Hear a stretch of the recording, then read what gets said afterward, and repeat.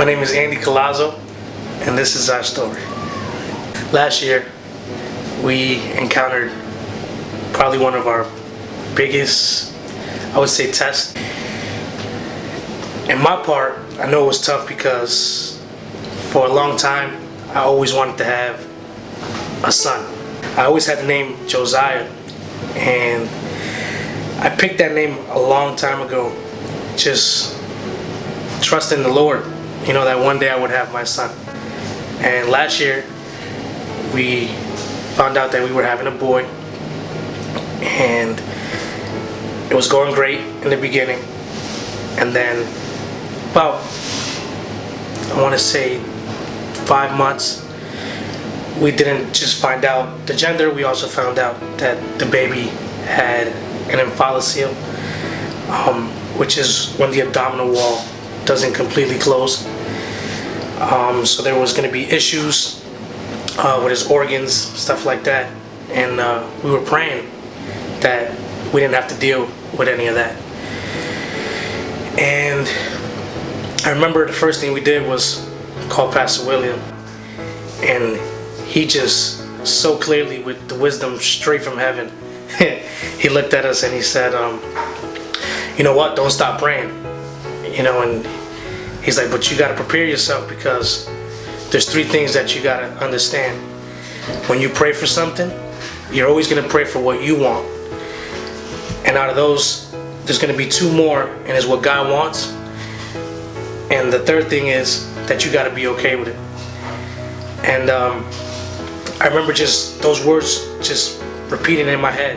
And he said, you can have all the wishful thinking you want. You can ask for whatever you want, and God's going to listen. But at the end of the day, you just have to trust in what he chooses. And he laid it out so clear for us, and he said, God's going to make you and put you through a situation, and he'll get you through it. And I remember us sitting right there with him, and we just prayed. And I told God from my heart, and my wife told God from her heart, that whatever he chose, we were going to be fine with. It doesn't matter what we go through, small.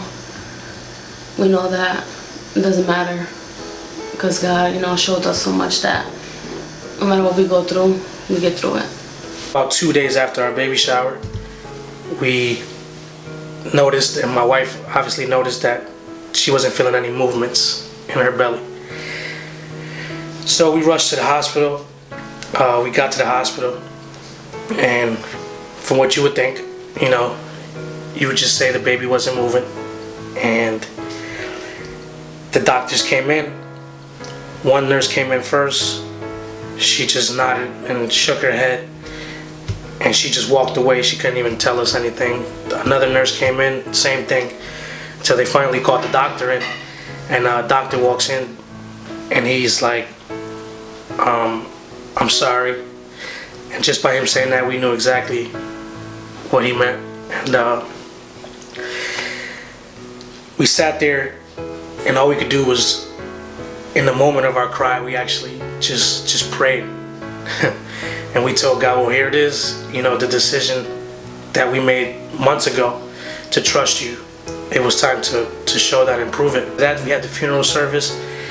My family was there, and I was able to preach the gospel to my family, in which 3 people came up and actually accepted Christ. One of them being my father-in-law, which was a big blessing. And another one was one of my cousins came up and asked for prayer because her son and his wife were going through a situation in their pregnancy. And from there forward, man, just how God allowed us and keeps using us to encourage other people has shown us exactly what God had planned, and we couldn't have asked for a better way. And he didn't finish there. 2 months after that, we found out that my wife was pregnant again. And we found out months after it was going to be a precious baby girl. So now we have 2 girls. And she's a splitting image of her brother, which is pretty awesome in itself too. And I thank God so much, because she's beautiful.